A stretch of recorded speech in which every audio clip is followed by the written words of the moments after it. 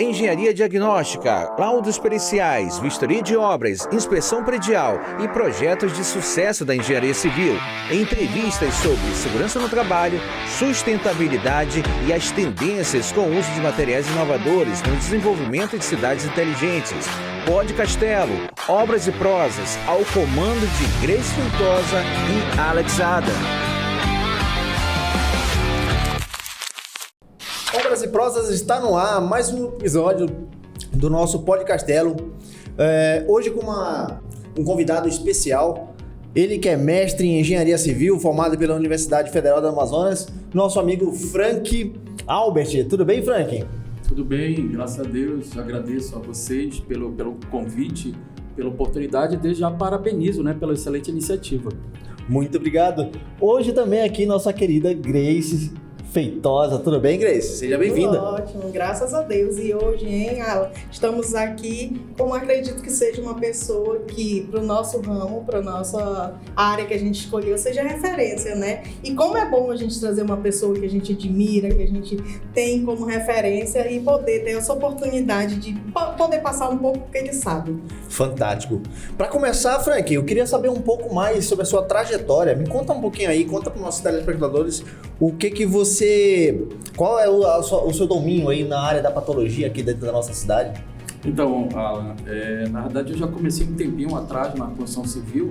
Antes de ser engenheiro civil, eu sou técnico de edificações, estudei na escola técnica e eu comecei a trabalhar com obras em 88, em 1988, trabalhei na Encol, que foi uma grande escola nossa de engenharia, os cadernos da Encol que ela tinha, e serviram de base para as normas, para muitas normas que nós temos hoje. Então, a gente teve a oportunidade de começar lá atrás, eu até brinco que foi na idade da pedra aqui em Manaus, que não tinha toda essa tecnologia, toda essa informação que nós temos hoje.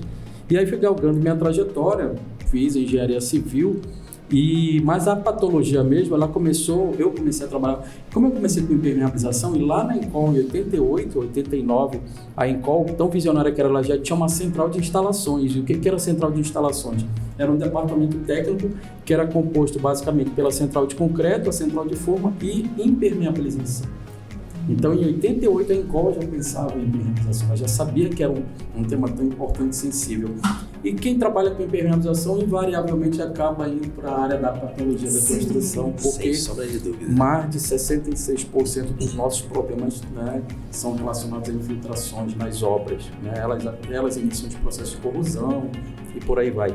Então, quando foi lá e aí eu iniciei minha trajetória, trabalhei, lógico, eu sempre digo que todo colega que pensa em empreender, ele tem que trabalhar para alguém em algum momento, para aprender um pouco, e aí ele vai para empreender, porque isso a gente não aprende na faculdade, aprende na vida. E aí eu trabalhei para algumas construtoras, trabalhei fora de Manaus também, e aí eu resolvi empreender. E quando eu resolvi empreender ainda na área de impermeabilização, eu fui notando que havia uma demanda interessante de colegas, de pessoas que precisavam de laudos.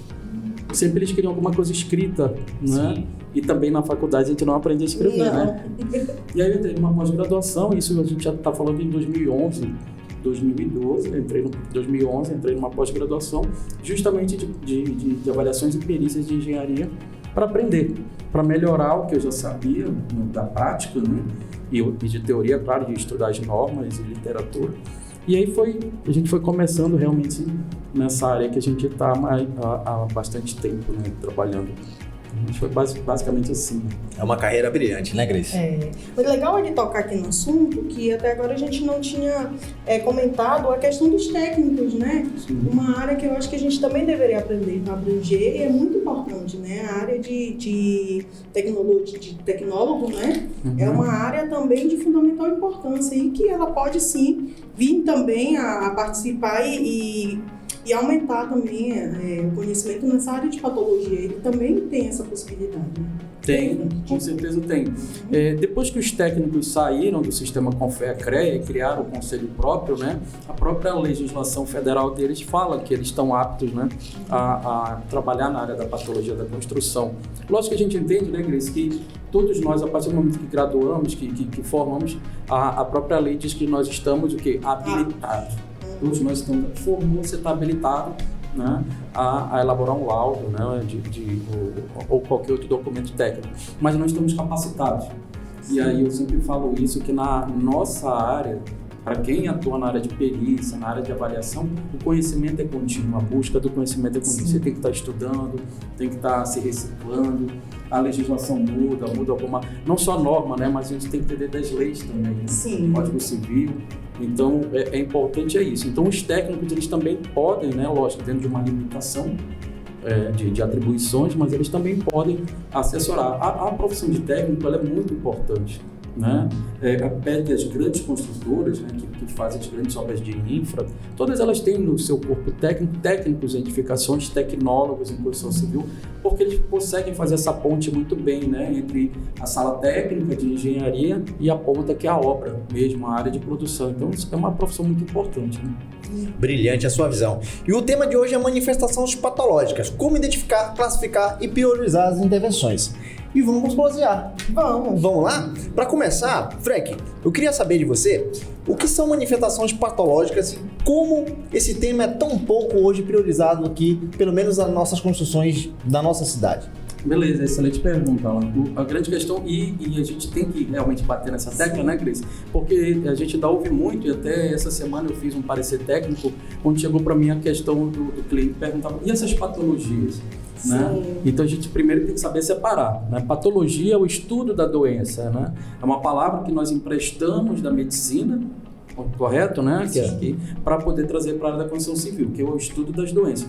Mas lógico, eu vou estudar a doença, mas como eu vou saber que está doente? É através do quê? Das manifestações patológicas, que são os sintomas daquela estrutura, daquela edificação, que são N sintomas, né, Grace? Vários tipos.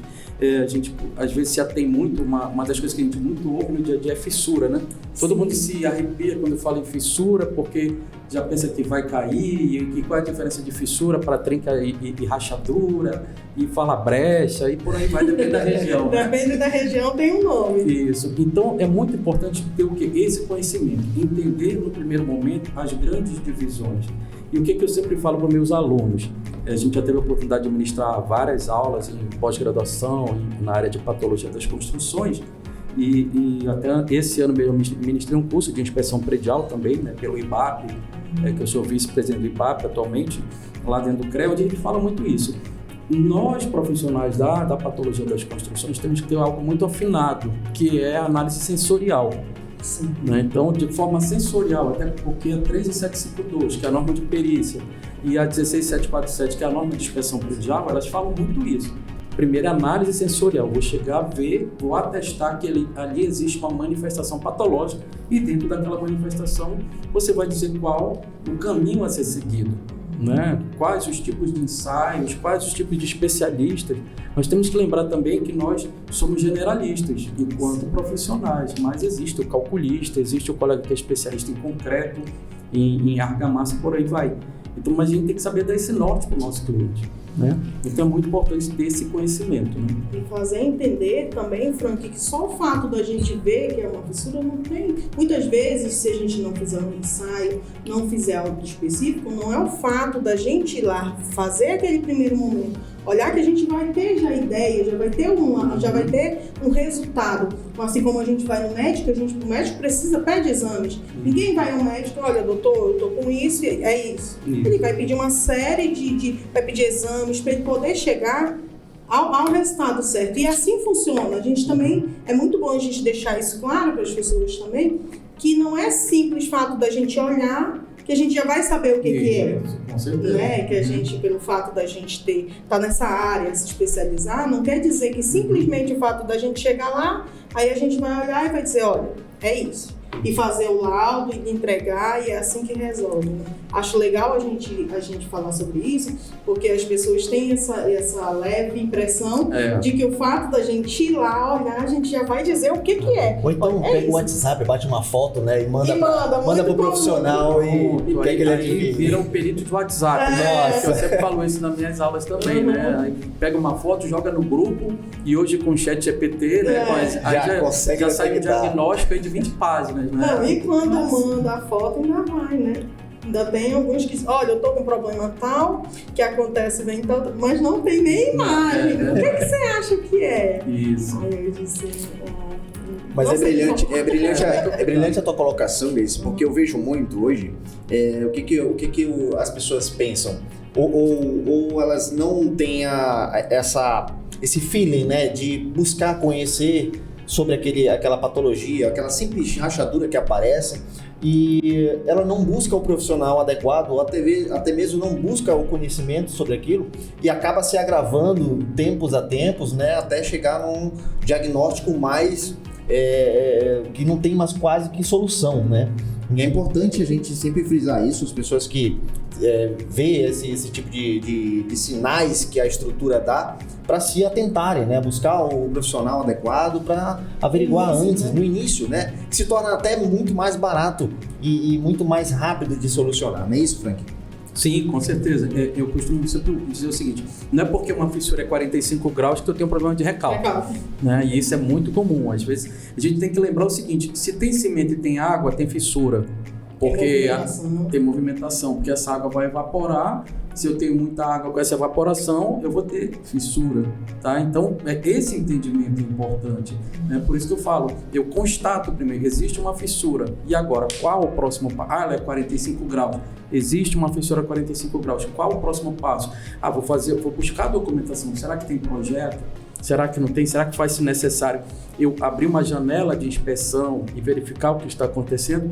Então são aquelas escadas, né? Aquela escada de progressão diagnóstica, né? Que bem tem na literatura, que já começou lá atrás, que eu lembro do primeiro curso que eu fiz lá na PEN em São Paulo. Eu saí de Manaus em 2005, 2004, peguei o avião, naquela época não tinha online, né? Você não fazia curso, não era presencial. Então você pegava o avião e ia para São Paulo fazer um curso. E eu fiz o curso na PEN, então lá em 2004 a gente já tinha esse degrau diagnóstico, essa progressão diagnóstica. Então entender, essa fissura, o que eu preciso fazer? Qual o próximo passo? Vou fazer uma janela de inspeção, vou avaliar, de repente a fissura está só no reboco. E por que ela está só no reboco? Porque o pedreiro, invariavelmente, ele coloca água para aumentar a trabalhabilidade daquela massa.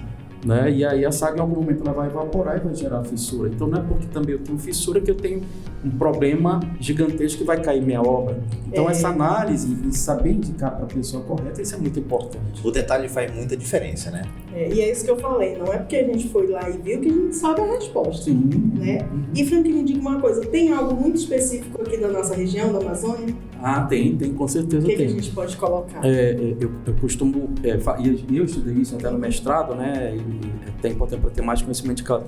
Mas a gente tem que entender que o Brasil, né, é um continente e a gente tem que respeitar a regionalidade de cada do nosso país como um todo. Então, muitas vezes o que acontece lá no sul não é a mesma realidade nossa aqui. Então, tu imagina o seguinte, a nossa areia é mais fina.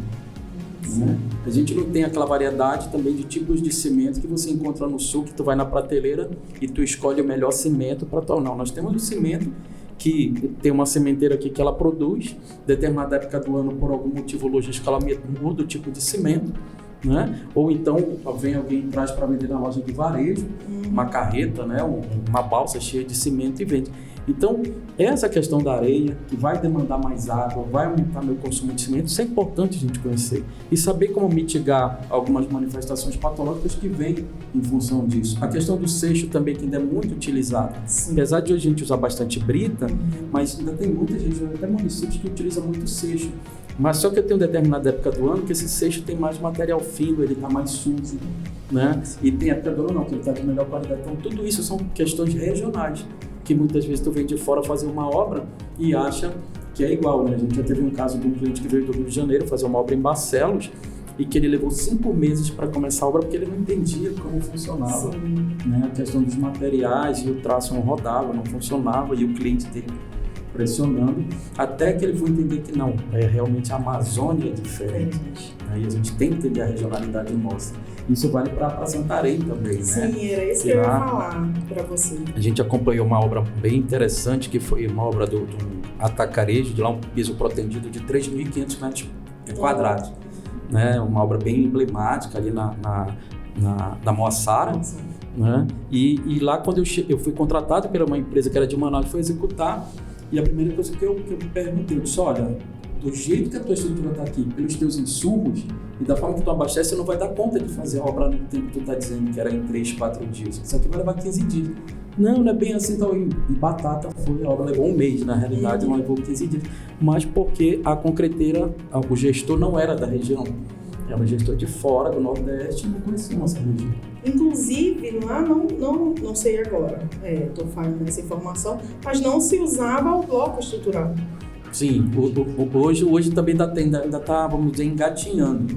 Justamente por conta de matéria-prima. Isso mesmo. Essa dificuldade. Isso mesmo, que é uma questão regional. Sim. Né? Então, tu imagina, se tu ganhou uma licitação lá no Sul, com um projeto básico memorial, e quando tu chega naquela cidade tu não consegue ter o insumo que tu orçou, como é que você vai fazer isso? Como é que tu vai rever tua planilha? E estamos tão próximos aqui, na região, tão próximos e com essa dificuldade, essa diferença tão grande. Aqui nós usamos bloco estrutural, hoje em dia vamos dizer que é predominante, né? Na construção. Estamos também com formas agora que está dominando, mas assim, por muito tempo foi um dos itens principais de construção e uma região tão próxima aqui, né? Nós não temos essa mesma disponibilidade por conta de matéria-prima. É muito interessante a nossa região e o Brasil em si, para a gente poder ver essa diferença, né? Com certeza. Como que as coisas em cada estado, em cada lugar funcionam de uma forma, e é importante também procurar um profissional também nesse sentido, né? Você vai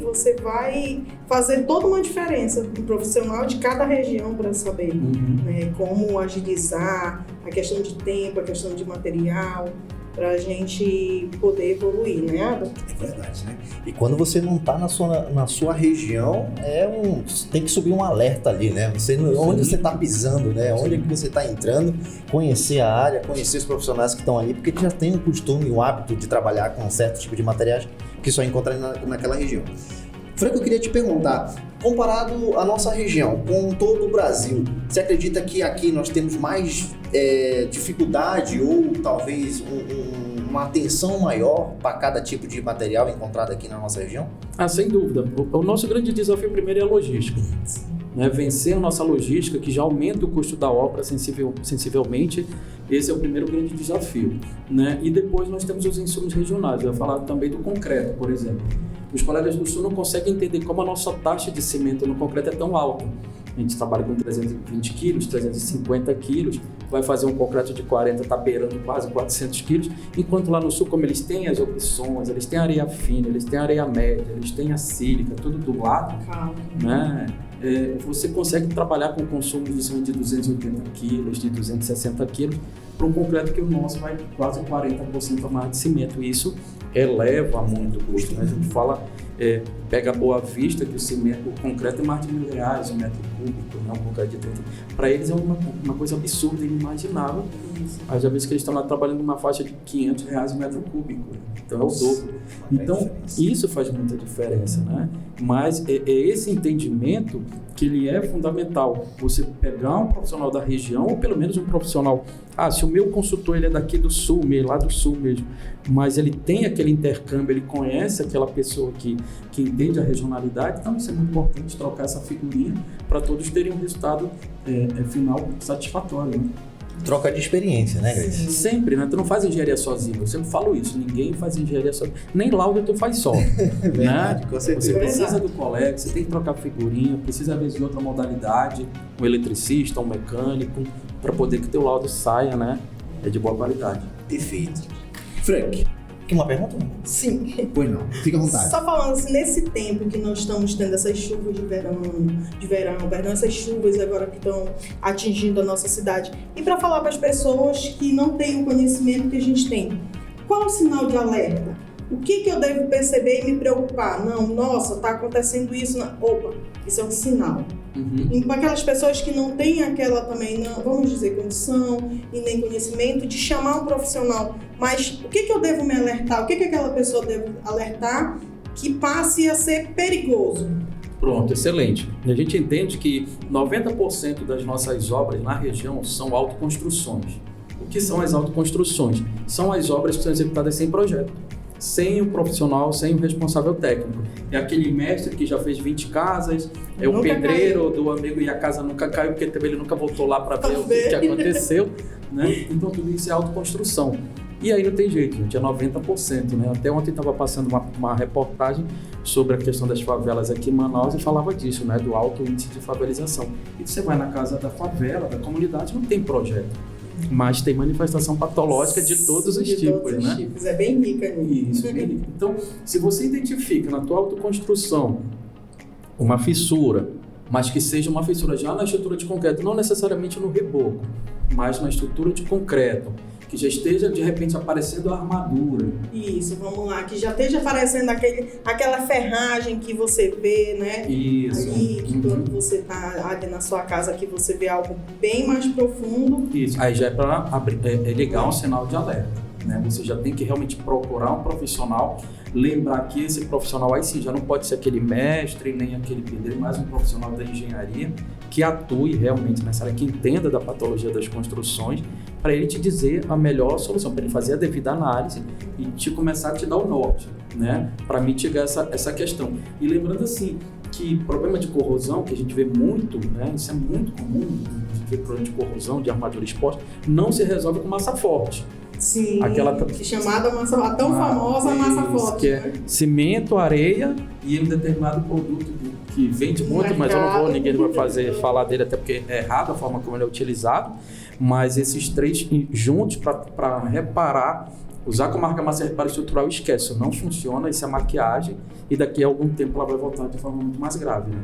E tem aquele cuidado, né, gente, agora, principalmente nesse período, se você vê algo, eu sei que são situações e situações, mas procurar, se não puder procurar um profissional, procurar a defesa civil, procurar também, né, se cuidar. Eu sei que tem coisas que a gente não consegue mitigar, mas vamos lá tentar prestar mais atenção no local que a gente mora para evitar, né, esse tipo de desastres que são prejuízos infinitos. Quando são prejuízos só materiais, né, a gente, de forma difícil ou não, a gente consegue reverter. Mas quando se trata de vidas, é mais difícil, né? É mais difícil. Frank, dentre todas as manifestações patológicas que a gente vê no nosso cotidiano, no nosso dia a dia, que a gente já está habituado, como que a gente classifica as que são mais, como eu posso dizer, que dão mais...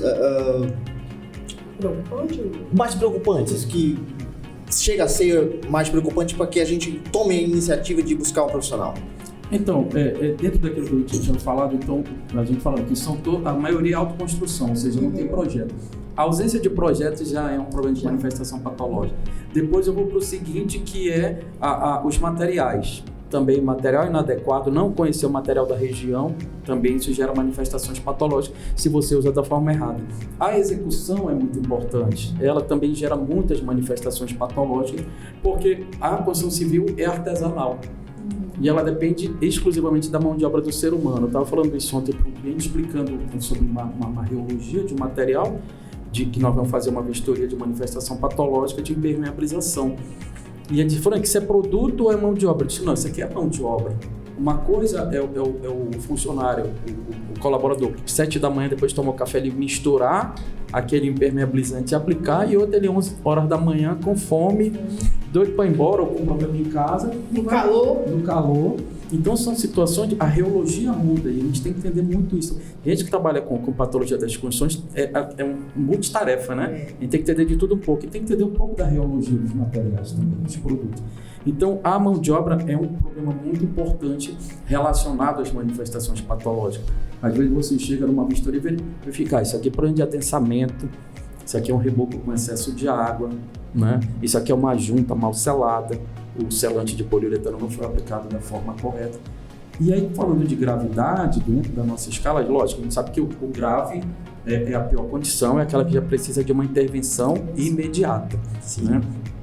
Mas para a gente chegar no grave, a estrutura, a edificação, ela já te deu sinais antes. Então eu tenho um sinal leve, né? Eu tenho uma fissura, depois eu tenho um soncavo, isso é um sinal leve. Mas com o tempo isso pode se agravar, ficar moderado, né? E aí eu preciso, tá moderado, eu já preciso de uma intervenção a médio prazo. Porque geralmente a gente, quando eu elaboro o laudo e entrega para o cliente, não tenho dinheiro para fazer isso agora, né? É sempre assim. É clássico. É clássico. Tudo bem, mas isso aqui está classificado como moderado. Se você não fizer isso em 6 meses a 1 ano, você vai virar grave. Aí vai ter para onde correr, vai ter que fazer. É típico comparado ao nosso corpo humano, né? No Sim. momento que você recebe um diagnóstico leve, que ainda você precisa melhorar a sua dieta, melhorar a sua disposição física e que você não trata disso corretamente e as consequências vêm. A mesma coisa funciona para a nossa área da construção civil. Da construção civil. Só que, infelizmente, diferente de um carro também, até na saúde nós somos negligentes, né? Sim. Muito negligentes. Muito. Mas tu não deixa de trocar o óleo do teu carro. Não. Porque vai bater o motor e aí tu não quer ficar a pé, nem quer ter um prejuízo. Ótimo exemplo. Né? Mas na construção civil não, infelizmente tudo é negligenciado, tudo é empurrado para frente. O usuário final, eu costumo dizer o seguinte, qualquer obra, a obra ela passa de 1 a 3 anos na mão dos técnicos, que somos nós, executando e construindo a obra. E ela vai passar o resto da vida na mão do leigo. E o leigo, ele acha que a edificação vai se autorregenerar. Né? A gente é a obra Wolverine, né? É a construção Wolverine, ela vai se e não é assim que funciona, precisa de manutenção. Daí a importância também do plano de manutenção. Sim. A NBR 5674, que está lá o plano de manutenção, hoje a gente tem a norma de garantias, né? A 17170, que vão nos nortear, vão dizer, olha, isso aqui tu tem que fazer, se tu não fizer isso, tu não tem problema lá no fundo. Tu vai ter um problema de desplacamento, de infiltração por junta de dilatação e etc, né? Inclusive, brilhante você colocar isso em evidência, porque a gente tem um manual do proprietário, né? Um manual de uso que hoje as construtoras estão disponibilizando para os usuários, principalmente da área de edificações, né? Dos condomínios residenciais. E é muito importante a gente tocar nesse ponto, frisar mais uma vez. A gente tem tocado realmente em todos os nossos encontros, realmente nesse ponto do manual do proprietário, porque lá tem informações preciosas, né? Que se você ler e seguir direitinho, você consegue ter um patrimônio ali por décadas, né? Sim. E até quem constrói casa para vender, o manual de uso e operação, que é o 14037, quem constrói casa para vender é obrigado a entregar esse manual. Porque a gente não vê, né? Não vê, é muito raro. E quem compra, ele também é obrigado a ter um plano de manutenção, porque depois ele não pode dizer que tu não me entregou o manual, ou até se entregou, ele vai ter que provar que deu manutenção e que realmente isso é um vício oculto, né? Ou se é ausência de manutenção. Porque em função de interpretações também acabou se criando a indústria, né? Do vício oculto, a indústria da judicialização. Eu sempre dá uma trava-língua nessa palavra. Que nada, lógico, sem fazer, a gente sabe que existem construtores e construtoras, claro. Sim. Mas sem fazer juízo do valor de ninguém, não dá para dizer que em 4 anos, 11 meses e 29 dias aquela lâmpada queimou, a construtora tem que vir aqui trocar. Né? Então correto. A gente tem que fazer as coisas da forma correta. E lógico, é a obrigação da construtora também te orientar. Né? Ela te entregou o manual e diz, olha, agora você tem que fazer sua parte. Eu acho que tem falha de ambos os lados. De ambos os lados. Até porque eu acho que no primeiro episódio a gente comentou sobre essa mudança que está havendo da casa, da sua casa até para um condomínio, para mudar para um apartamento, que são vidas diferentes em relação à manutenção. Sem dúvida. Entendeu? Então essa questão, a gente colocou muito essa questão também da pessoa ler manual, tudo é chato. É chato. Mas ali evita muita dor de cabeça e ter que chegar lá na frente, a não ser que seja algo que realmente não seja possível, né? Vai ter que ajuizar, mas chegar lá pra frente lá com uma ação judicial, né? Isso aí eu acredito que um pouquinho de tempo que você tira ali para dar uma lida, para dar uma estudada, para se informar, ele vai encurtar muita coisa, né? Para você mais lá na frente. E eu falo isso também para os síndicos, sensibilizar os condôminos, porque eu moro em condomínio, em prédio, e muitas vezes é muito comum, na maioria, pensar o seguinte, eu entrei em casa, fechei a porta, o que acontece na área comum não é problema meu. E não é assim que funciona. Porque na hora que der o problema, vai ter que ratear por todo mundo. Querendo ou não, se tu foi ou não para a assembleia, se tu vai ficar brigando no grupo, mas tu vai ter que pagar. A vida em comunidade permanece, né? Permanece, e o custo também. Você acha que está vivendo ali só o seu mundo, mas na verdade não, né? Você ainda está vivendo em comunidade, isso não vai mudar nunca. Até mais, né? Porque quando você mora ali na sua casa de bairro, você realmente entra na sua casa e acabou. Né? Você está ali e pronto, você se fecha. A partir do momento que você vai para um condomínio, que você vai ali para o seu apartamento, a sua vida realmente se tornou uma comunidade. Sim. Entendeu? Porque você faz parte de um todo no mesmo lugar. Você só tem o seu espaço, mas ali é um todo. Os seus vizinhos fazem parte do mesmo lugar que você habita. Sim. É diferente da sua casa que você chegou ali e... Eu queria fazer uma adendo para aquelas pessoas que... O Frank tocou num ponto muito importante sobre as construtoras que são obrigadas a fornecer esse tipo de documentação, né, para o proprietário. Você tocou no ponto do manual, né? Que elas são obrigadas, né, a entregar, e a gente vê muito, por exemplo, eu vou fazer algumas inspeções que a gente pede o manual de usuário e ele nunca ouviu falar desse termo, né? E é importante a gente frisar aqui para aquelas pessoas que adquirem imóveis, adquirem casas, né? Para que exijam isso da construtora, né? Exijam esse documento tão importante que vai cuidar ali da sua habitação, cuidar do seu bem precioso, né? E é caro, né? Que eu sempre costumo dizer que casa não é um objeto, é um sonho. É um sonho, né? E que é financiado em 30 anos, né? Que dói no bolso, seu sonho, cara. 30 anos de você viver no seu sonho. Então tem que ter muito carinho e zelar muito por esse patrimônio, né? Dia 27 de abril houve aquele evento aqui em Manaus, daquela forte chuva atípica, né? E que gerou vários transtornos na cidade. Eu tive a oportunidade de fazer 2 laudos de casas de condomínio, que eram casas que tinham 3, 4 meses e que sofreram danos graves, né? E a primeira coisa, quando eu fui chamado, eu disse: cadê o manual de operação? Porque foi uma casa que eles compraram de alguém que vende, constrói casa para vender. Aí ele disse: o que é isso? Aí não, manda um WhatsApp aqui para quem te vendeu, pedindo. Aí o WhatsApp de resposta: o que é isso? Então, para te ver, às vezes o colega que vive de vender, construir casa para vender, às vezes nem ele sabe, viu, né? E é aquele ponto que eu ia tocar para você, que a gente estava falando de lugares mais, tipo, mais humildes, pessoas com menos conhecimento, mas as manifestações que nós temos em casas novas, de um padrão mais elevado. Entendeu? Isso está acontecendo muito ultimamente. Eu percebo, não, eu posso estar equivocada, mas o que eu percebo é que está aumentando o número de manifestações em casos de padrões maiores. Eu não sei se é a urgência em entregar, que hoje as pessoas querem tudo para ontem, querem fazer um contrato hoje para receber a casa amanhã. Eu não sei se isso está influenciando, mas não sei se você observou que essas patologias mais graves em casas de um padrão, vamos supor, médio, está aumentando de forma assim, impressionante, né? É verdade, consideravelmente.